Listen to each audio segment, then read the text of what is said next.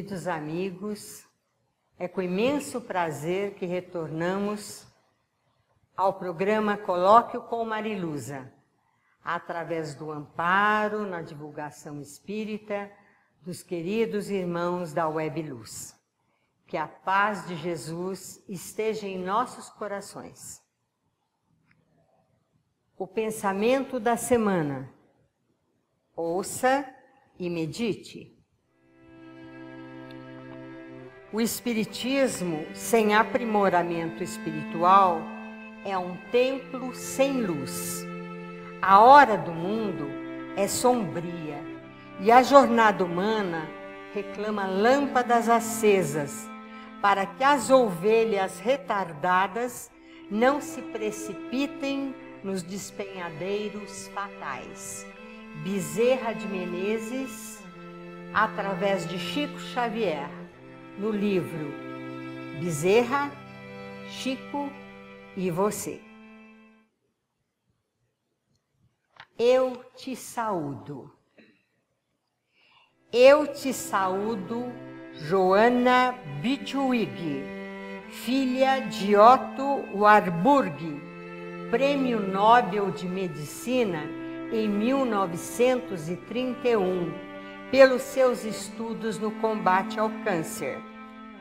Juana nasceu em 1908 e faleceu com 87 anos no ano de 1995.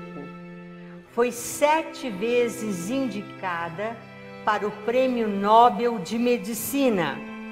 Curou muitas pessoas e atualmente há um grupo no Yahoo com 20 mil pessoas divulgando o que se constitui o protocolo de Bidwig,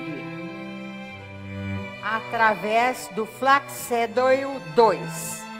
Ela curou centenas de pessoas com câncer, apenas ministrando uma alimentação que atacasse o câncer, porque a alimentação dava uma oxigenação nas células, e como as células cancerígenas não aceitam o oxigênio, as pessoas eram curadas.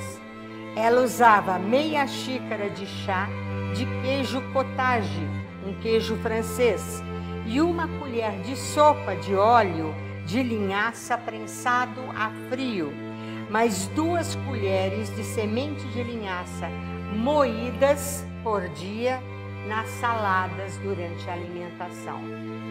Esteja você onde estiver, você que foi uma pesquisadora e uma lutadora em prol da saúde do ser humano, eu te saúdo, Joana Bidwig. Hoje nós vamos abordar um tema que é muito controverso, que já foi citado em milhares de livros. É algo que não perde a sua capacitação de estudo, de entendimento, e foi recebida há quase 2000 anos pelo maior médium de todos os tempos, João Evangelista, o discípulo muito amado do nosso Mestre, Senhor Jesus Cristo. João Evangelista foi um dos discípulos que escapou, o único, aliás, de ser sacrificado, ser perseguido, por conta de ser seguidor de Jesus, trazendo a boa nova, trazendo o Evangelho. Quando ele ficou na ilha de Patmos, exilado, ele até adotou um nome falso para fugir às perseguições. Ele, além de pregar o Evangelho, escrevia cartas a várias das igrejas da Ásia e mesmo de Israel. E ele começou a ter visões e registrou essas visões logo após as cartas de orientação que ele deu às 7 igrejas cristãs para as quais ele escrevia.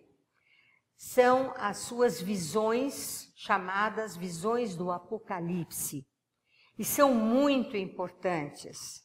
Ele começa essas visões descrevendo 4 cavaleiros.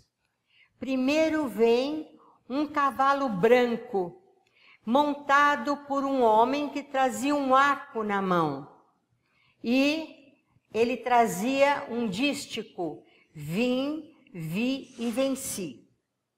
Estudando o Apocalipse com meu pai, desde criança a gente estudava muito o Evangelho, eu aprendi que esse dístico, vim, vi e venci, era justamente a fala de conquista de Júlio César.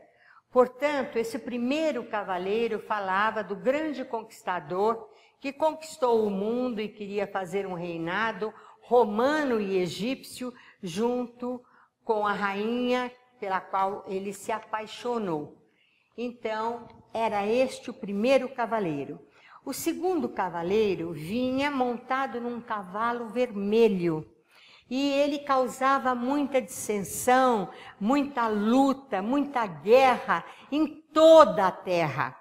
Engraçado que se fala em toda a terra e naquela época ainda não se havia descoberto as Américas e outros locais que foram descobertos depois. E aí o João Evangelista descreve, ele fala do primeiro ai, que seria a Primeira Guerra Mundial, e quando ele fala o segundo ai, ele descreve coisas relacionadas a esse segundo cavaleiro. Esse segundo cavaleiro era o Hitler, que através do seu partido socialista dos trabalhadores da Alemanha, quis conquistar o mundo, igual o Júlio César havia conquistado, mas de uma forma muito mais dantesca ainda. O terceiro cavaleiro do Apocalipse, ele vem um cavalo preto, e o cavaleiro traz uma balança e diz assim, tantos côvados de farinha, tantos dinares, tantos côvados de óleo, tantos dinares. Ou seja, ele estava dizendo o preço do alimento, porque o óleo e a farinha é o pão.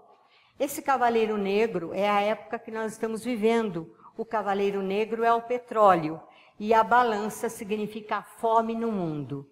O quarto cavaleiro é um cavalo amarelo e ele traz um nome, morte.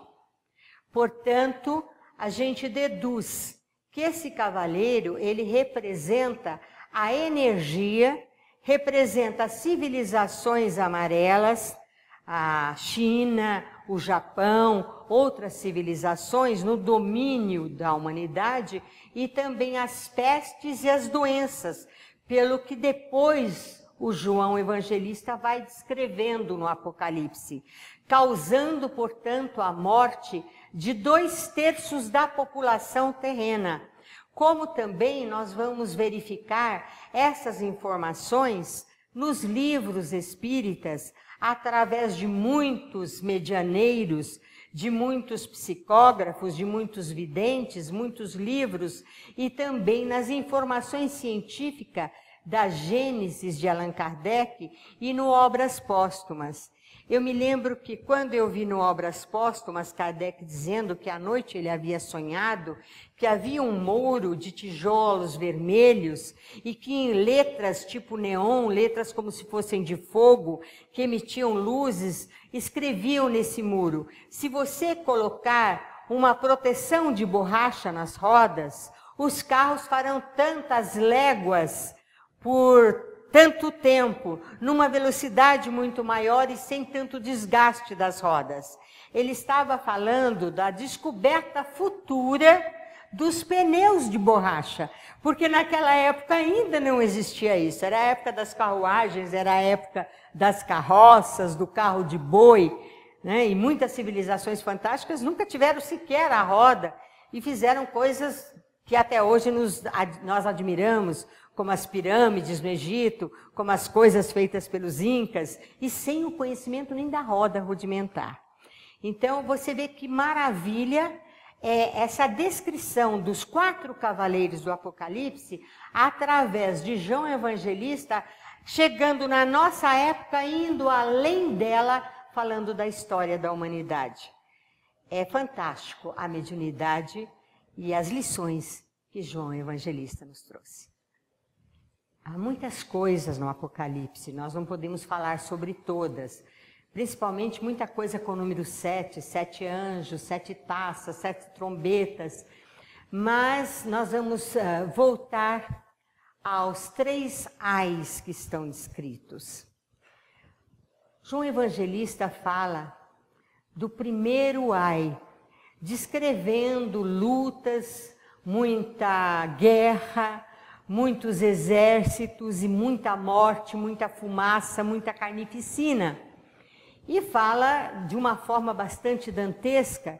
E se nós formos observar a Primeira Grande Guerra Mundial, em que eles usavam as bombas de cloro, os barris de cloro, que hoje estão sendo novamente utilizadas lá na guerra da Síria, matando por sufocamento crianças, mulheres, homens, porque esta bomba, ela queima toda a mucosa e toda a parte interna e acaba com o pulmão, acaba com a respiração humana.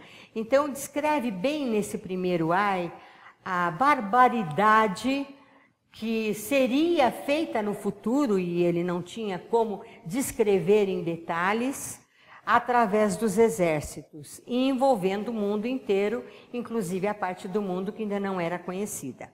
Depois ele fala do segundo ai, mas ele diz que esse segundo ai, que tem a ver com o cavaleiro vermelho do Apocalipse, é feito de uma forma tal que ele vê carros de guerra esmagando a erva do chão, mas com a força de muitos leões, com couraças de ferro, com cara de homem e cuspindo fogo pelas suas bocas. Ele está descrevendo os canhões da guerra, que ele não conhecia, porque não existiam na sua época. Depois ele fala de gafanhotos que vêm voando e cospem fogo pelas suas caudas, fazendo mal apenas aos seres humanos. E fala que eles fazem um barulho muito forte, como de muitos exércitos, e que também tem couraças de ferro e cara de homens, descrevendo, portanto, os helicópteros, os aviões que seriam utilizados na Segunda Guerra Mundial, falando de muito sofrimento, de muita dor e muito sangue derramado. Depois ele passa a falar do terceiro ai, porque ele diz, eis que 2 ais já foram, mas o terceiro ainda vem. Aí ele dá a localização geográfica do que seria tido como a Terceira Guerra Mundial, vamos dizer assim. Diz que começaria entre o rio Tigre e Eufrates, justamente no lugar onde está a cidade de Bagdá. Bagdá que foi bombardeada por Bush pai, depois Bush filho, e que destituíram o seu governante e até hoje ainda há lutas por lá.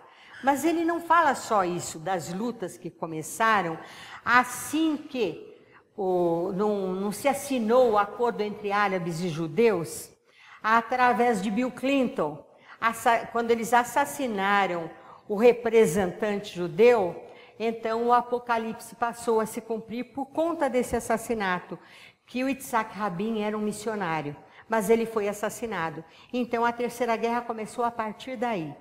Ele diz em seguida que o rio Eufrates vai secar para que os reis do Oriente passem vindo dominar o Ocidente. É o que está acontecendo agora. Se vocês forem estudar, vocês vão ver que o rio Eufrates está secando e que os reis da China estão vindo para dominar através, o seu governo é comunismo, mas eles usam o capitalismo para se impor economicamente, para dominar o Ocidente. Nem é menos verdade que eles já vêm construir no Brasil, por exemplo, uma transcontinental. Então vejam, a tecnologia do Japão, a industrialização da China, a Índia, todos eles virão para o domínio do Ocidente. Isto por uma lei de ação e reação. Quando nós fizemos as cruzadas e a Inquisição, e através do papado invadimos o Oriente, dominando os povos do Oriente, matando judeus, matando árabes, matando cristãos coptas, qualquer pessoa que não aceitasse o Papa, nós plantamos uma semente ruim que agora estamos colhendo através do Estado Islâmico, que mata os cristãos pelo simples fato de serem cristãos. No livro As Cruzadas, eu vi o espírito de João Evangelista reencarnado como Francisco de Assis. Como discípulo amado do Cristo, ele veio para tentar impedir as cruzadas. Ele conseguiu acordo com o filho do Saladino, Al-Camil, mas Pelágio, cardeal do Papa, não aceitou acordo com os infiéis. E continuou a luta, e foram mais de 400 anos só de carnificina das cruzadas, já nem falo da Inquisição, porque nós vemos esse Francisco de Assis, figura de escola, tanto no livro As Cruzadas, como no livro Gregório IX, que foi o Tiradentes como Papa, que instituiu a Inquisição. E nós ficamos muito mobilizados, porque o quarto cavaleiro do Apocalipse, que é a morte, tem a ver com o terceiro ai, porque há envenenamento dos mares, dos rios, do ar, da água dos oceanos, a morte de animais, a morte de seres humanos. Então, é uma mortandade muito maior do que da Segunda Guerra Mundial. É um desrespeito com a natureza, os animais e com os seres humanos também. E isso foi João Evangelista que falou, mas ele foi mais à frente. Ele disse que chegaria um momento em que os seres humanos não poderiam comprar nem vender, não poderiam fazer nada, se não tivessem a marca da besta no dorso da mão direita ou na testa. Mesmo que ele fosse rico ou se fosse pobre, se fosse senhor ou se fosse escravo, todos teriam que ter essa marca da besta. E diz mais, a marca da besta é o nome de um homem, é 666. Ele havia falado sobre a besta com vários chifres, vários diademas, escarlate com ouro, que seria a Igreja Católica, e é ferida numa das cabeças, que é a Reforma Protestante, mas sobrevive. Agora ele fala de uma besta de 2 cabeças, que fala com a voz do cordeiro, mas o discurso é do dragão. E essa besta de 2 cabeças, ela vai implantar esses chips. E nós, estudando, chegamos à seguinte conclusão. Quando o avião 777 da Malaysian Airlines caiu, em março de 2014, e foi derrubado, 4 chineses estavam entre os que morreram, porque morreu todo mundo.